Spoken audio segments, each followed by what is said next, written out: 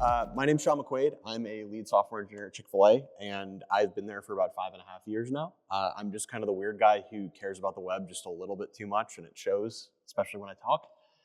I'm currently leading web platform engineering for our operator technology solutions team, focused on supply chain technologies. I was previously on our customer technology solutions team, so I worked on order.chickfila.com, which funnels in all of our catering and individual orders on the web. Now, before I was in tech, I was a jazz trumpeter by trade, so I still play, but I'm just a lot more picky about what I do. I'm happy to talk about music with y'all after the talk for sure, but that's a huge passion of mine. Out of curiosity, I've kind of done this a couple times. How many of y'all play an instrument or like are into music in some way, shape, or form? See, this is an insane percentage of people for like code to music. There has to be a correlation there. I'm just convinced of that. And I'm very passionate about web development. I actually ended up doing this by mistake, frankly. I ended up self-teaching via free code camp for about 6 months and fell in love with it. And I found it by mistake. Like it was literally an ad on like Google, and I ended up on free code camp. And now here I am. Life has a crazy way of working out. And then I went to boot camp at Digital Crafts. Another alum's in the audience too, which is cool. And I'm just very passionate about the web, enabling y'all to be successful and making developers happy, ultimately. And the goal of this talk is pretty simple. I want to convince you guys to give React Router v7, aka Remix v3, a try. So some context for this talk. This originally started, I spoke at Render this year, and I gave this talk then, and Ryan Florence and them decided to announce a week before Render that React Router v7 was coming. So I didn't really have an idea of where that talk was going to go, so that was a Remix focused talk. This talk title is kind of a mislead on purpose. I'm actually going to be showing you guys the beta for React Router v7 today and how to get y'all there. From what I can gather, there's a lot of React Router users in the audience, and I want to make sure y'all understand that you guys have a very solid path forward to a really good foundation. So with that being said, before we get too deep into this talk, I need to be totally transparent with you all. I actually did not like Remix's approach at first. I had a really hard time understanding it, and I didn't see the value prop at the time. And a lot of that PTSD, frankly, stems from the initial release of the React docs, like the new ones. On the day those new docs were released, I spent hours, straight up hours, looking at the docs, scouring to see if I had a path forward with React Router. Like I was using primarily client-side rendered apps with React Router plus Vite or Create React App. And all I could see on the docs at the time were Next and Remix were super highlighted, and I felt super out in the cold. And I don't think I was the only one that felt that way either. There were a lot of people that were on client-side rendered apps that had seemingly no way forward at the time, and it was very frustrating. Now, before we get into like definitions on some of why I felt that way, how many of y'all even know what client-side rendering is? Okay, cool. So basically it means JavaScript handles rendering the page. This is the traditional single page applications we're all accustomed to at this point, hopefully. And then there's server-side rendering, which means that you're trying to pre-render some HTML and CSS. You send a payload of the HTML to the client for a specific route, and then the page hydrates with the JavaScript that makes it interactive and gets all the cool stuff with it. And again, at the time of, of these like docs getting released, I had a ton, like I'm talking like double digits, probably 20 plus single page apps at work that I was helping to provide architectural guidance around. And I felt like we were just really out in the cold and ignored. With the new focus on the server, I felt it was just like, it made sense to me why we were going in that direction. But again, I didn't have a clear path forward with a SPA, and that's all I really cared about at the time. And I didn't really understand SSR, frankly, at the beginning of my career, so I wasn't going to expect that devs that had never worked in it to just instantly go, oh yeah, of course we need to go use server-side rendering to access this. That would have been insane. So I immediately had to start weighing, am I going to pursue full rewrites to use these frameworks, or am I just going to like let these products get left behind by React? But then Remix announced their move to Vite, and this is kind of where I began to see the light. And actually, roughly a year ago at Connect.Tech, Matt Brophy was speaking. He did a workshop on Remix, and I was just hanging out with him at I think it was the Gun.io networking hour or something that Taylor was running that year. And I was talking to him about how frustrated I felt, and I felt like there was absolutely no path forward. And he kind of had hinted to me that, hey, you might want to like hold those feelings for a little bit. We have something on the way. And he explained to me that Remix had a Vite plugin coming, plus they were going to have something called spa mode, which was huge. And it basically meant that I could use a framework to accomplish a client-side rendered application. And I all of a sudden felt like I was not left out in the dark at that point. I had a path forward to still use a framework, get into like some good practices with that. And maybe in the future, if I wanted to use server-side rendering, it was an option to me at that point. However, the migration was, from what he told me at the time, was heavily contingent on me being on Vite plus React Router v6. I had to be on those two things to really get to leverage that properly. And luckily, I had already kind of had the foresight to make this move across all of my teams, so it wasn't as big of a deal. But for the teams that didn't, I immediately got on their backlogs. Hey, you're getting off of V5, you're going on V6 tomorrow if we can. And I finally felt like I had an option for a framework that didn't necessarily need the complexity of the server. And spa mode getting introduced was, again, huge. That was the lever that really kind of sold me on Remix a little bit more. I saw a path where I could be on a client-side rendered React Router app, move to Remix in spa mode, and if I wanted to do server-side rendering, it was as easy as changing a Boolean in a config. Like that was what was promised to me at the time, which was great. And as a platform engineer, utilizing the same framework for either rendering strategy was frankly a dream come true. I didn't feel like I had to context switch as much between like if I wanted to use React Router for client-side rendering and I had to use Next at the time for server-side rendering. I didn't feel like I had to context switch, which was fantastic.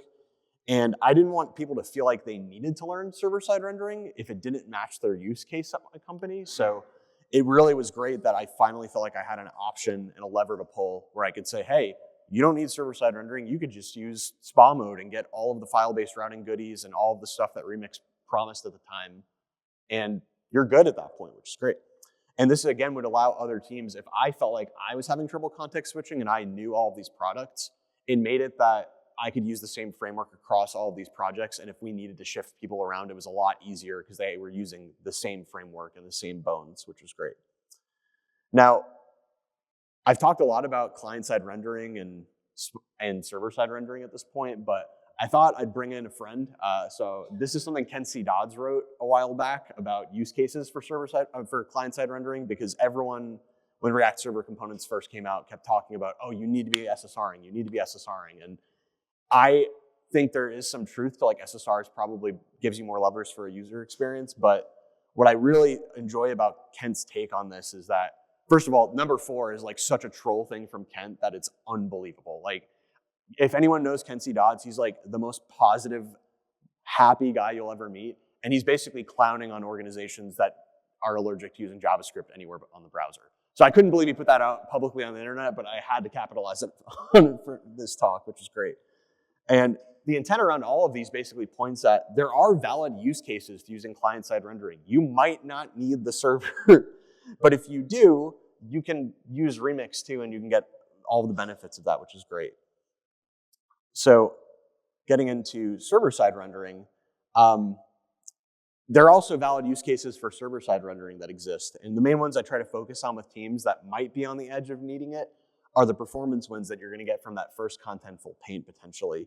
And you get a higher ceiling for UX where you can pull levers both related to the server and the client at that point, and it's really powerful. How many of y'all even know what progressive enhancement is, out of curiosity? Some? Okay.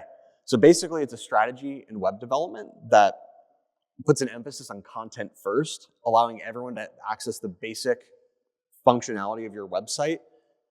But if the user has additional browser features like JavaScript or faster internet, they will receive an enhanced experience, a better experience out of it. And I ripped this definition basically straight out of the Remix docs at the time. But when I hear this basically means to me, at a base level, our apps should just work in that mindset. Our apps should just work. And if they have JavaScript, great, they get a better experience. If they don't, they still get to use our apps, which is huge. So Remix actually made it at the time, and still now, the delineation between the client and the server a lot easier. One of the problems I kind of had with Next when the app directory came out with server components, it really blurred the lines between what's on the server and what's on the client. Remix actually made that very simple. So if you're using a client loader, a client action, components, hooks that we all know and love, if you have a .client.ts or JS file extension, it's on the client. If it's a loader action or it's a .server.ts file, it's on the server. It's very plain and simple to kind of see where it is, which is great. And loaders are basically your way of getting data. Actions are your way of most likely mutating or doing something with the data that you're sending. And if you kick off an action and it succeeds, the loader for that particular route will actually auto-invalidate and re-kick off a fetch, which is fantastic.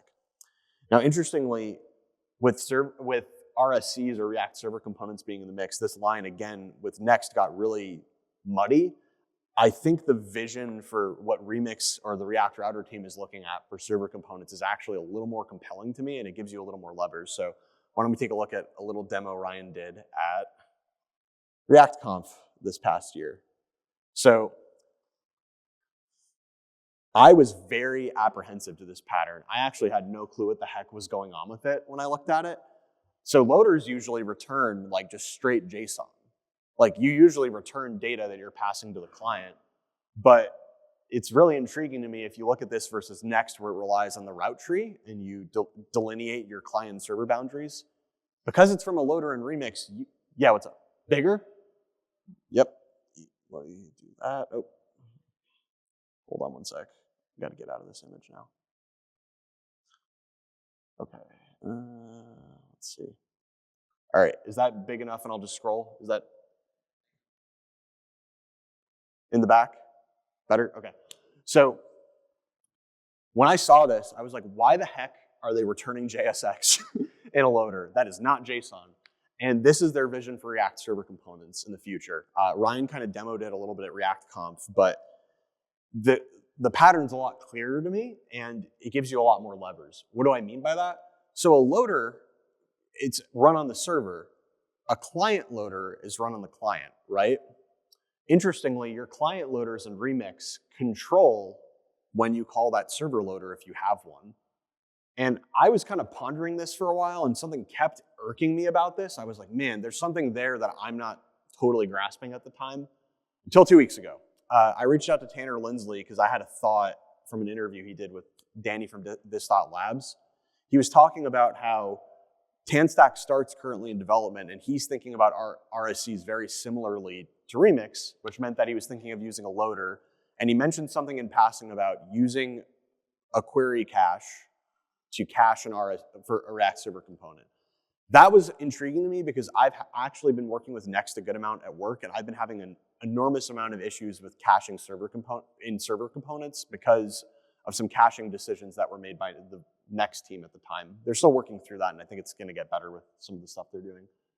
But when Tanner said that, I had to reach out to him. So I DM'd him and I basically asked, hey, are you getting at that I could use like a client-side cache with a React Server component? Like, am I dumb, or am I, like, just tell me. And he made it very clear that, like, I think I asked something like, are you saying I could cache something from like a server component or something like that? And he basically said, yes, you can absolutely use React Query to cache a server component. And that immediately sold me on this whole pattern even more. So a couple weeks ago, that got confirmed. It was great. So you could basically take the result of anything in the server loader, throw it into a client loader, and use a client-side cache like React Query to cache this indefinitely. So you can still get all the benefits of the ergonomics of server components if that's what you want to do. Or again, you don't have to. The nice thing about Remix is you can kind of opt in and out as you see fit, which is great. So let me see this. All right, so to me, React Server Components are awesome, and like in turn, the beta for React Router v7 is already fantastic, and Remix is already awesome. And I have a lot of faith that they're going to get it right. And that's kind of been a big selling point for me as I've been thinking about some of these migration paths is I want to use a framework that gives me a lot of levers to pull. Or if I want to pull none of the levers and I still get a bunch of benefits, great. It's awesome. So to me, I love their approach. Like, they have future flags, which they have in their Vite config typically. So you can opt in and out of like new functionality coming months from now and test it out and be a beta tester for them, which is pretty sick. You aren't subjected to like using like a release candidate from React necessarily unless you don't want to, which is great. And there are a bunch of options in the Vite config that Vite plugin for various things. For example, server-side rendering. I kind of hit on it before, but if you don't want a server-side render, there's an SSR boolean that you throw into the Vite config and just put it to false, and you're kind of done at that point. You are opted out of SSR. You're good. It's great. How many of y'all are using a platform like Vercel or Cloudflare by any chance, like Cloudflare Pages? So they actually worked with the Vercel team really closely, and they came up with an API that lets any platform kind of plug into the Vite plugin. So they have this concept of what they call presets. So these presets are usually developed by other teams that like want to support Remix or React Router. And you could pass in the preset developed by Vercel, and it'll handle properly deploying everything to Vercel for you at that point. Proper bundling, proper caching strategies, everything is just done for you, which is awesome. And they also have like a lot of really handy utilities that you just don't get from a lot of frameworks, like built-in test helpers for stubbing. I can't tell you how many times I write my own custom render function with React testing library, probably on every project I join. They have something called create remix stub or route stubs where you could throw in like what you want coming from the loaders and all of this stuff. So it's great. Like you can unit test your components a little bit easier. And you aren't really forced into a lot of features like you are with other frameworks. I actually appreciate Next and what it's trying to do a lot, but what I appreciate about Remix too is that I can opt in and out kind of at will. If I'm on a team that doesn't understand loaders, client loaders, anything, I'm just gonna use React Query and call it a day. It's a lot easier for some people to do that instead of going down that road. But if they do wanna use it, the lever is there if they wanna pull it, which is nice. And React Server Components, with them being on the way, I feel like I have a little bit more of a progressive path to get there instead of doing a full app migration, which is a huge use case for a lot of the teams I work on.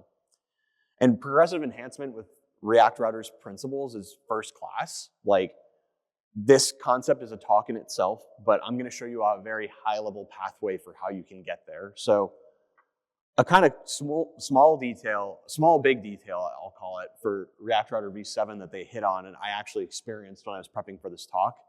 If you have zero belief in any of what I show you today and you want to use v7, that is totally fine. React Router v7 has two paths forward for you. You can either continue to use it as a library and just upgrade to v7, and it will take you probably legitimately 5 minutes across your code base, because all you're doing is replacing the React Router DOM package for just React Router. Or you could opt into the Vite plugin and get all the framework features. So you have a lot of flexibility about what your path forward looks like. Now, to emphasize, it's a little confusing, and I honestly had a really hard time with this. The Remix team put out that, oh yeah, React Router's taking over Remix, it's basically dead, whatever. And then they quickly backtracked that.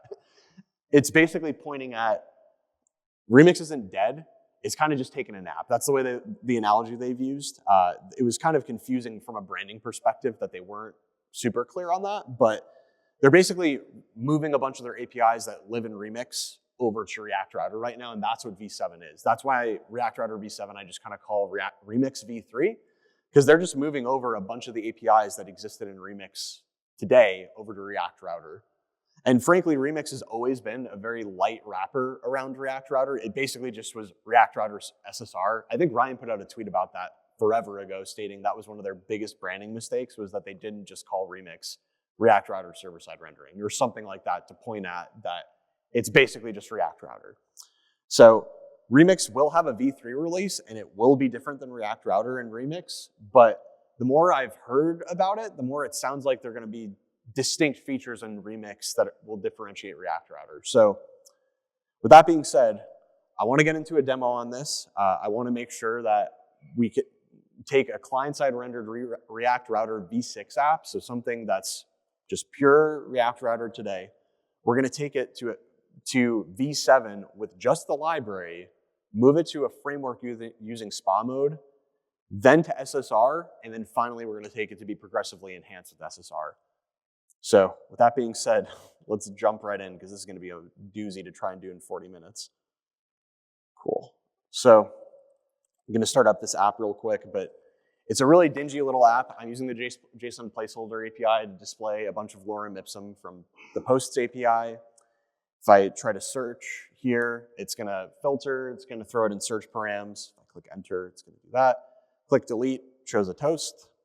If I hit view, it just shows the details for the page. So let's dive right into getting this over to v7 real quick. So the first thing we're going to do is, it's going to be a little scary, but we're going to get rid of React Router DOM. So this package, it's not being deprecated, I believe, but the Remix team's pointing to you to use instead React Router from here on out. That's where all of their imports are going to come out of. It's going to have both the client and server stuff. So again, you can pull whatever you want into it. Actually, hold on one sec. I just realized I got to get the pre version. I'm pointing at it's called the pre-release, but it's really like the beta for React Router. I think it's actually very close to being stable. The team just released, I think yesterday, that reactrouter.com just got moved over to this. So I think they're really close, which is cool. So we're gonna add React Router, and what we're gonna do is, I'm gonna find wherever React Router DOM's being used on the app, and I'm just gonna replace it with React Router. That's literally all I'm doing to get on V7, basically. Let me just get rid of that. And we'll get into some of the specific code in a bit. Details. Okay. And if I start the app up again, boom, it works. Nothing changed. Everything is still absolutely fine about it. Now, obviously, this is a fairly small code base, so this is pretty quick, but the intent being the React Router team is trying to make it very easy that you can do this cutover and just change imports if all you want to do is continue to use their library. But we don't want to just use their library in this talk, so I'm actually just going to get commits in here. And also, I'm going to put the PR up and have it on my Blue Sky or Twitter so you guys can take a look at it afterwards and see sequentially how we do this. Cool. So what we're going to do is we're going to start migrating over to use the Vite plugin. The first thing I'm going to do is I'm going to actually add in React Router /dev. Again, anything I install from here on out is basically the pre-version. So I'm getting the beta release. And I am going to install in React Router dev. I'm going to go into my Vite config real quick. I'm using the React plugin right now. So what I'm going to do is I'm going to use React Router from, one sec.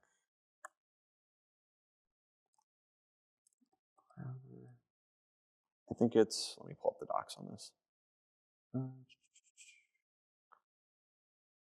So if we want, I'm actually going to be using the Remix version of these docs. Like, the one thing that they're working on right now before they market as stable is they want to give people a clear path forward from V6 library to V7 library, then framework after that. But what we're going to do is we're just going to go straight into using the Vite plugin from them instead. So we're going to grab that. Yep, I knew I was missing something.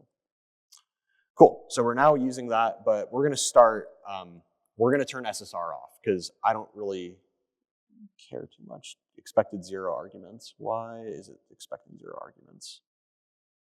All right, we might have to start with this actually. Cool, it's fine. Apologies.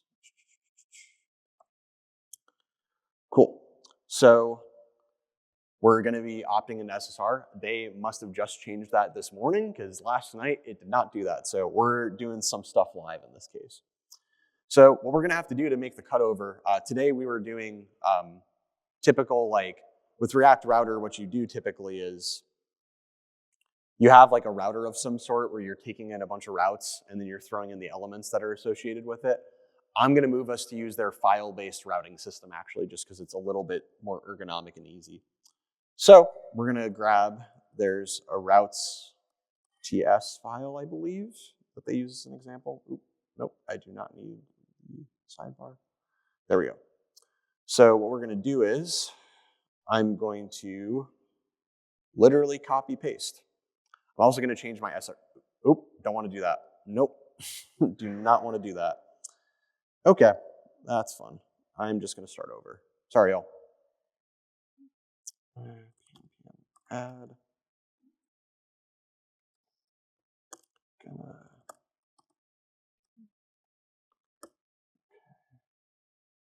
And I'm just going to start replacing at this point because I'm pretty sure it's, oh no, I already committed that, thank God. Whew. Man, that would have been real bad if I did not get that right. All right, back to the Vite plugin. Grab that.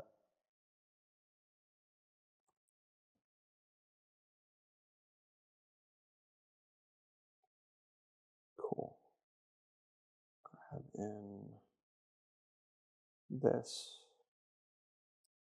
Okay, back to the file-based routing. So routes TS. Again, I'm just going to copy and paste what they have in the Remix docs. This moves us to their file-based routing system. I wanted to rename, not delete. Fat finger, that would have been really bad. Hold on, that would have been from the night before. Okay. App. So it's a Remix convention or React router convention that you name the root of your app instead of SRC. So I'm going to change our TS config to also reflect that as well.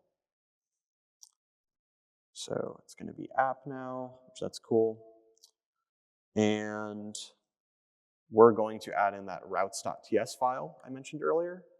I have to install file system routing from React Router, so I'm going to just add that in real quick. Cool. So I'm just going to restart my TypeScript server. Okay. So the first thing I'm going to do is I'm going to change around some of my imports. So the root of a Remix app or a React Router app is usually the root component. So what we're going to do is I'm actually going to change this router to be a root, and I'm going to start ripping out a lot of the manual browser entry stuff I've added at this point. So I'm going to change this root component to actually be a Remix specific export, and it's going to be called layout. So this is what will wrap each of the components that are in the root. So if we have an error boundary, if we have a root component, it's going to just wrap all of this around it. And I'm going to grab props with children from React. And we're actually going to move this outlet to a different component. So I'm going to get rid of all of this. We're going to say root equals return, if I could spell, outlet. We're going to return this here. And we're going to rip out our own lazy loading because Remix or React Router will do that for us. We're going to rip out the outlet here, and we're just going to return children. And we're going to add in a bunch of stuff from other parts of the app. So we're going to start ripping it out. I'm going to take in that, thank you. Take out this CSS import for Tailwind, where you can get rid of app.tsx at this point. And I'm actually going to I'm going to take away the HTML from this index.html file that we're accustomed to, like with having a client-side rendered React app. And I'm actually going to throw it in this layout. So this is going to get messy for a second. I'm going to make it better. Just give me one moment. I can get rid of this div. And let's see, what did I forget? Oh, no, we don't need that. Give me 1 second. There we go. Okay, so I just need to change some of the characters on here to be in line with what React would expect. So class name. And now we're going to add in some React Router or Remix. For the intents of this talk, I'm just going to say Remix because it's faster. They have a links component that would auto add in any sort of link metadata you want to add in. So if I want to import CSS files using their links API, I can do that.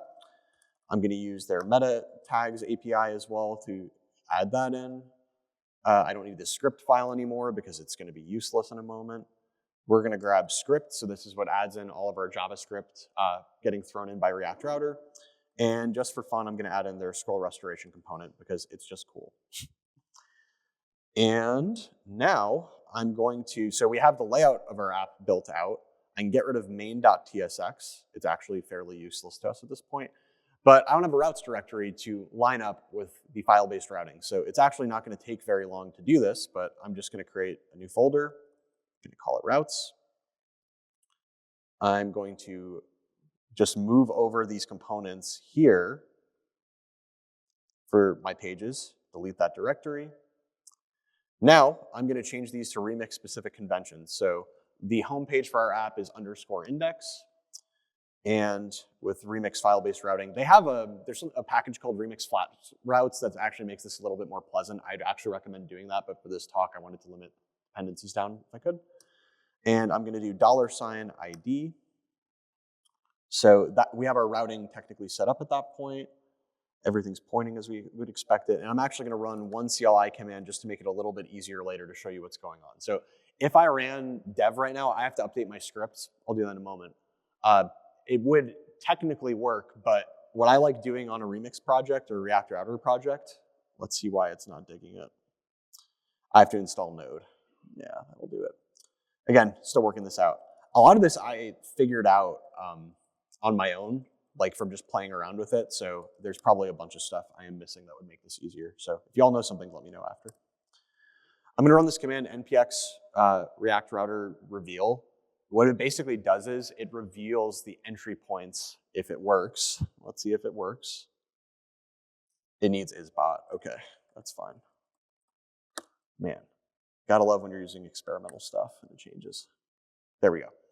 So if we were to run this right now, I'm gonna eliminate some of this just because we don't need it technically. I'm gonna fix all of the linting issues because I have OCD and that's gonna bother me, and eliminate that. All right, so if we ran this technically, it would work. Like, this is what Remix is doing under the hood if you don't supply this. I like having these out as an option if I need to change them for any reason. Like if you have any providers you want to put there for any reason, if you want to change the entry server's behavior for any reason, shape, or form. It's just a route handler, but just good to have out at that point. And yeah, so now if I run pnpm dev, nope, forgot, have to get the scripts. So I have to update our package JSON scripts. So instead of like, Remix has their own classic thing, I'm ignoring that because we've just been using Vite. I'm gonna grab React Router dev, use that for Vite instead, and build, I'm just gonna use React Router build. And if I run pnpm dev, if I didn't screw it up, which there's a chance I did, I didn't. So now it works. Technically, we're actually one step ahead of what I expected to be. We're on SSR right now. I was originally going to use spa mode, so they must have turned that off for a little bit while they're doing some stuff. But all I was gonna show was that in that Vite config, they have an object you pass into that React Router plugin and you change SSR from false to true, and you're just there. So what we're gonna do real quick, so one thing and this is a nice to have, this isn't necessarily something you have to do. We're actually gonna follow some docs they put together. One thing that they've done, so how many of y'all have experimented with like TanStack start or know about TanStack start at this point? It's kind of cool, but Tanner Lindsley, who developed React Query, is building his own framework right now. And one of the things he did, and it kind of pushed React Router in this direction, was that he gave everyone route type safety. How many of y'all have worked with like React Router or Next and you have to like cast what the params are, or you have to do some like really hacky stuff? He actually came up with a way to use like a plugin on his side to auto-generate types. The Remix team kind of took a cue from him and did something similar to that. So we're gonna add it real quick. So we're gonna follow their docs on this, and I'm actually gonna do something a little different too. So I'm gonna go into my git ignore, I'm gonna add in .react router. Gonna update my TS config to include the React Router types. This will make sense in a moment when I run the commands. And let's see. Gonna add in this root.dirs element to the compiler. This will surface it so it's a little bit easier to import in. And I'm gonna add in, I'm gonna ignore their type check command because again, they're still ironing out the docs on this. Ideally, this would just be happening in the Vite plugin, but today, they have a type check command that you can add into your package JSON and have in like a separate server running. And what this is gonna do, I'm gonna run it right now. Hopefully this works. All right, so this is gonna be running in the background. As I work and save files, React Router, if I update a loader, it's gonna update the type for it for me. If I update anything about a component, it's gonna keep saving it for me. So if we look at that directory right now, we only have types for routes and then it has it for routes. If I look here, it has the params, it has the ID, and see how it has typed params coming through? I don't have to cast anything to figure that out. Like that will actually be surfaced in React Router very, very definitively. So now what we're gonna do is, so we're on SSR technically, but we really haven't changed anything. If we actually look at the code, which I know I haven't shown for the pages yet, we're doing some very standard React stuff. So we're actually using state to manage the search term. We're using React Query to fetch our data and mutate it. We're filtering with some JavaScript too here. We're doing it on change and on submit. This is all very like classic React stuff. We haven't really done anything different yet. I've just moved us to use React Router, but I'm not pulling in any of the bells and whistles that would make it progressively enhanced. So what we're gonna do is, we're gonna make it progressively enhanced, whether it wants to be or not. So, yep. Thank you for pointing that out, yeah. This is why it's good to have friends in the audience. Cool, thank you. All right, so what we're gonna do is we're gonna start at the root and we're gonna rip out this nice fat no script tag because everything's gonna work without JavaScript. Our users deserve that. And we're actually gonna start with the home page because it should be a little bit clearer as we move along.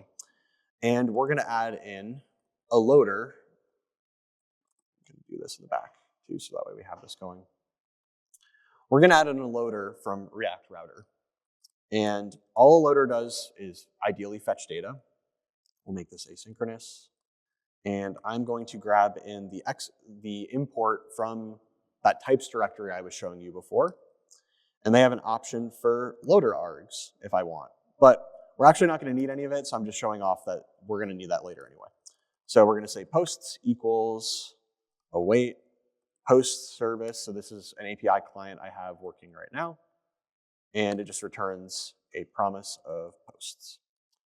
So now we have a loader running. The route will get used in a moment.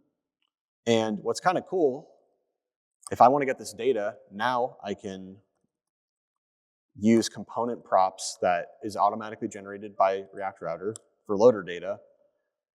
If I hover over that, I didn't type anything there. That's auto-saved, and I have types coming through and propagating from the loader directly to there. Previous iterations of Remix, what you would have to do is they had a use loader data hook where you would pass in the type of the loader and then it would unwrap it for you. But this is a much more pleasant developer experience. So what's nice is we can actually remove the call with posts happening there. We could just say, hey, loader data.posts. Or if I want to be nicer to people, loader data of posts, and we'll do that. So it's getting used. So we have data coming in with, we're not using a hook anymore. We're gonna get back to adding in React query in a more clever way later. So we have data coming in from the server, which is nice. I don't really care about this is loading and is error stuff right now. We can maybe have that in later, which is cool.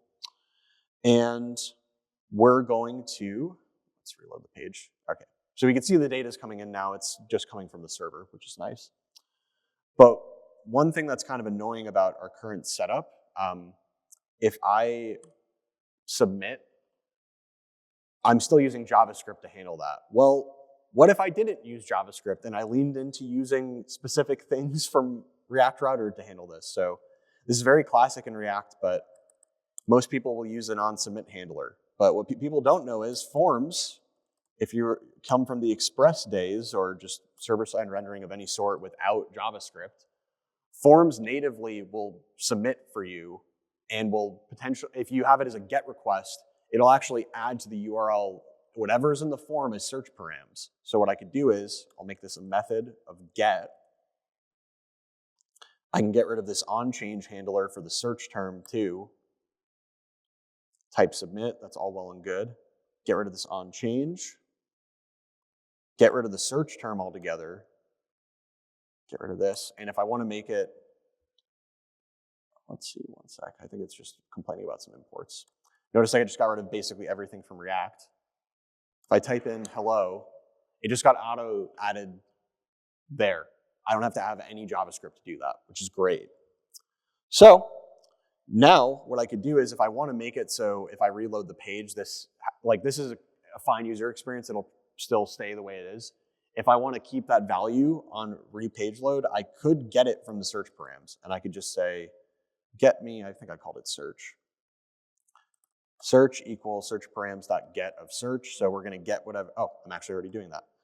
And we're going to take the value here, our default value, so that way it's properly added in to search. So the nice thing is if I reload the page now, the value's persisting throughout. So that's technically going to work without JavaScript once we disable it, and we're going to get to that in a second to show this. But right now, everything's on. I'm going to turn it off once we're kind of there. Now, the next thing we have to kind of work through is when I'm looking at this, we have data coming from the server, but when we're mutating it, there's no way that the server is going to know about that today. We're technically using the client. So what I'm going to do is I'm going to add in what's called an action with remix. And I'm going to have, it's going to be an asynchronous function that will actually take in args. So it'll be route dot action args, and use the request. And what we're going to do is we're going to handle whatever the intent is. So we're going to get the form data from the request.form data. This will make sense in a second. So when you send a request with a form in JavaScript in general, they have methods getting added to this that get thrown in with JavaScript. Forms can only default to gets or posts. That's all they really have. So to get around that with progressive enhancement, I'm actually going to add in a value to something to delineate that, hey, I'm actually going to delete something here, and I need to respond appropriately. So I'm going to say const intent equals a form data dot, sorry, can't spell, get intent. I'm not going to cast it. Let me just say the string. And if the intent equals delete, then I would like to call my post service and delete whatever the post is, and I will get the ID coming back real quick of ID. I'll just do that for now, just to keep the compiler happy. And we'll just return null in either case. So now I'm going to get rid of this mutation that we're doing on the client, and we're going to leverage just using what's called a fetcher and remix. So this is very native to just what our React router offers. What we can do is we can actually use a fetcher to call this action, and we can get some information about what's going on with that submission. So when we enable JavaScript, we'll know if it's loading or if there's a problem with it, which is great. So what we can do is we can say is delete loading equals fetcher dot state does not equal idle, which means it's either submitting or if it's loading at that point. So we're still going to be able to keep that functionality in, is delete loading or something. And what I'm going to do here is I'm going to get a little clever with getting that ID and that intent. So I'm actually going to get rid of this on click altogether. I'm going to name this a button of type submit. And what if I wrap this in a form from a fetcher? We're going to say the method is equal to delete, just because when we do enable JavaScript, it'll work as expected. And grab that. So we're going to put in an input with type hidden. How many of y'all know what this is? Have you guys used this before? You can basically hide this from the browser and pass in form data very slickly, which is nice. So we're going to say not name delete. I actually want this to be ID, and the value will be the post.id getting passed back, which is nice. And let me think this through a little bit more, just making sure. So we have the delete happening. We have, okay, cool. So I'm just going to make sure that this works before we move on. We're going to actually console log it in the server just to make sure that we can see that. We're going to just say, I was deleted. And if I didn't do this right, let's see. Oh, I forgot the intent getting added. Name equals intent. You can do this for a button too. Value equals delete. Okay, so now when I click this, I was deleted. So it's calling the server action. We don't have the same user experience we had before. We have a very similar user experience to what we had before, but we're missing the toast. We're gonna add that back shortly. So this, if I disable the page, let me show you. Inspect and disable JavaScript. So notice it's displaying. If I type in hello, it filters. It does a full page reload, but it works. If I click delete, give me one sec. I click delete. It's doing that full page reload. But what we need to do now is we need to make this work with JavaScript, ideally. So what we're going to do is we're going to add in client loaders and client actions to progressively enhance this page specifically. So what we're going to do is we're going to add in a client loader.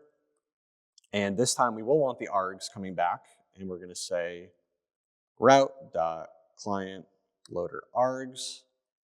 And we can actually destruct the server loader from this. And we can say, we're going to say posts equals await. And we're actually going to leverage TanStack Query's query client. Ensure query data. And we're going to say query key of, and I'm going to leverage query key.getPosts. And for the query function, normally I would use a service call, but I'm already doing that in my loader. So what I can do is I could just use the server loader here instead. So now, let me show you this. No, not Connect.Tech. We don't need that. Let's see. We're going to enable JavaScript real quick, and I'm going to pull up the network tab to kind of paint the picture a little bit more. So we look at the network tab, and we do data. So I'm going to go between, okay, give me one sec. Post.filter is not a function. What am I missing here? Oh, that's right. I have to destruct that. Cool. Actually did what I wanted it to. So if I go here and I go back and forth, you'll notice that the initial page load for this didn't call that loader, like that client loader. It just sent a preloaded bunch of HTML. So we have to actually tell Remix what to do here a little bit. You have to tell it, hey, on hydration, meaning each time that I load the page, I would like this to be, like this client loader to be called so I could cache it. So if I hit it now, clear the network, go here, I go back, there's no network call happening. It's being cached at that point, which is nice. But now we have to invalidate the cache. So we're going to, because when we delete today, what's going to happen is, yeah, this is kind of funny the way it plays out. If I click delete and I look at that network tab, it's calling the root loader over and over again, but it's going to just keep returning the same thing. It's not actually like being smart about how it's invalidating the cache. So we're going to say route.client action args, and similar to the other server action, and we actually do want the request. Now this time, again, as I stated before, for a request method, you only get that with JavaScript if it's not a getter or a post. So now I can actually reference that, and I could say method equals request.method, and I will say if the method equals delete, call the server action, and this time I would like to call a toast. I would like to say I got deleted, and we're going to await this actually, just to make sure that all's well and good. And we'll say await, or just query client dot remove queries. So I'm removing a specific query from the cache, so I'm going to remove get posts in this case.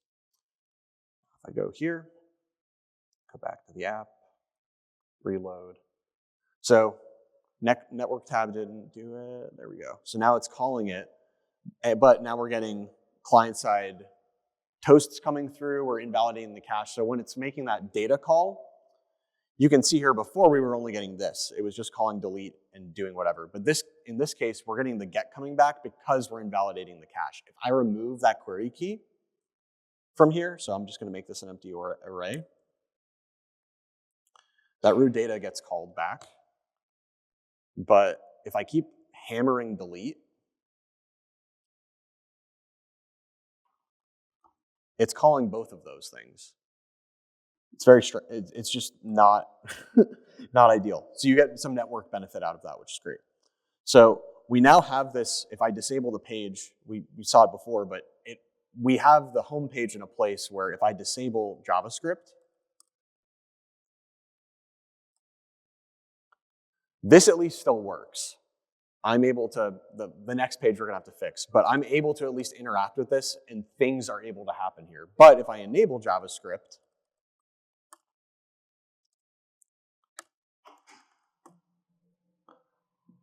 my users get a slightly better experience by displaying the loading state for the button, and I'm able to show toast, which is great, and use React Query to handle cache handling.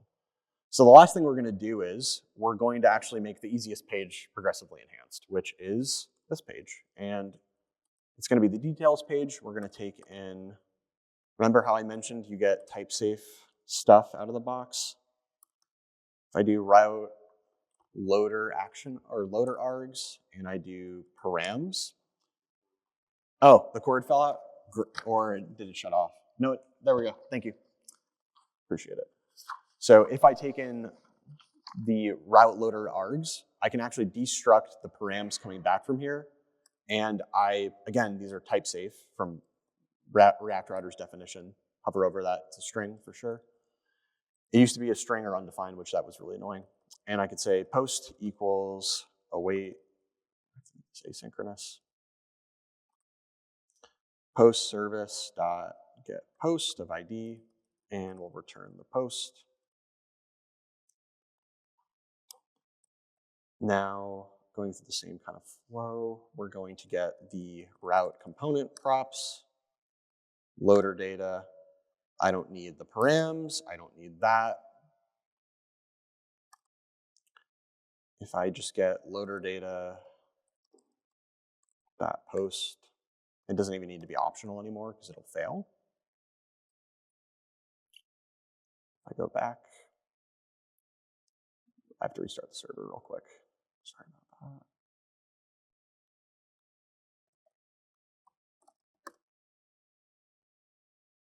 that. Okay, so now I'm just gonna make sure JavaScript is disabled. All right, so now if I go there and I go back and forth, it still works. And all I had to do is use a loader instead of using React Query. And again, if I want to get like a better user experience and cache it, all I would have to do is integrate with React Query's client cache here. So I could use a client loader again, and I have to make sure it's set on hydration. So I'm going to say async. Make sure that this is on hydration so that it runs on each initial page load if we're on the page. And we'll grab